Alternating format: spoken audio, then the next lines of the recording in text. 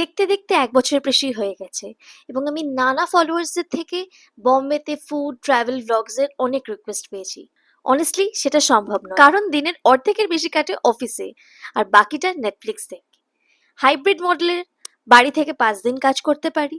তাই এত কিছু ক্যাপচার করার সময় নেই। শহরটা খুব ভালো হলেও মন খারাপ হয় যখন কোনো স্পেশাল দিন থাকে। যেমন ধরুন ২৫শে বৈশাখ।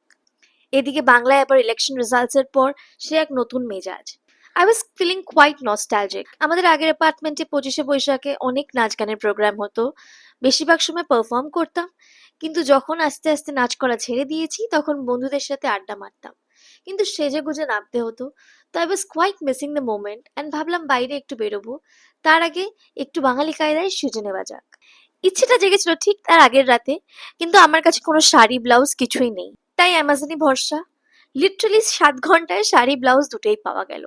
আর ফুল ব্লিঙ্কিট। কলকাতায় থাকলে শাড়ি নিয়ে ভাবতেই হতো না, মায়ের থেকে নিতাম।